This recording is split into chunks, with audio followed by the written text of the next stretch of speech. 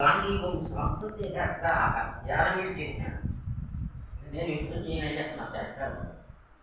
ఏమో చూస్తే శరీరం నేను ఓమాను చూస్తే దిగాపితే అంటాడు. వణుకు పుడతా ఉంది అంటాడు.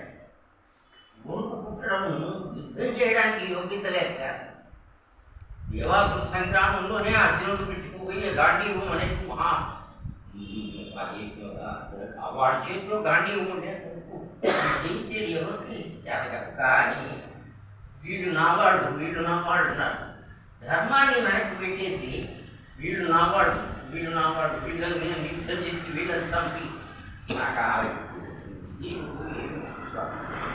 యుద్ధం చేయడం అనేది ఆ గాంధీ అంటే ఆవిడికి రాయబారం అయిపోయింది, అంతా అయిపోయింది.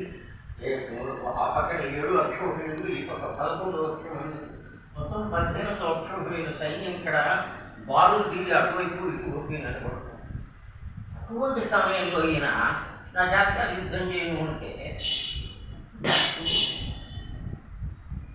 అసలు ఈ విషయం వేదాంతం చెప్పాల్సి వచ్చింది.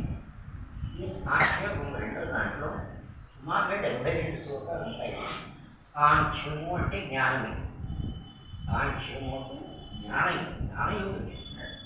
అంటే ఏమి జ్ఞానయోగం అంటే 5 పంచభూతాలు, దాని తన్మాత్రలు శబ్దస్పర్శలు రసగంధాలు 5 ఇది 10, 5 జ్ఞానేంద్రియాలు 5 కర్మేంద్రియాలు, మొత్తం 20 అవుతాయి.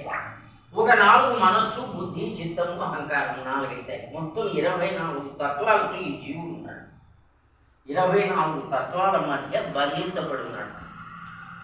ఎందుకు? అవిద్య అజ్ఞానం మాయ వలన ఏమీ తెలియకుండా ఉండేటువంటి పరిస్థితిలో ఉన్నాడు. కాబట్టి వేదాంతం చెప్పాల్సి వచ్చింది. ఎవరు చంపేవాడయ్యా? చంపబడేది ఏది కాదు. ఆత్మ అనేదాన్ని చంపేది ఉండదు, చంపబడేది ఉండదు. మాకపోతే శరీరాలు పోతాయని సాంఖ్యయోగం మొదలు పెట్టాడు.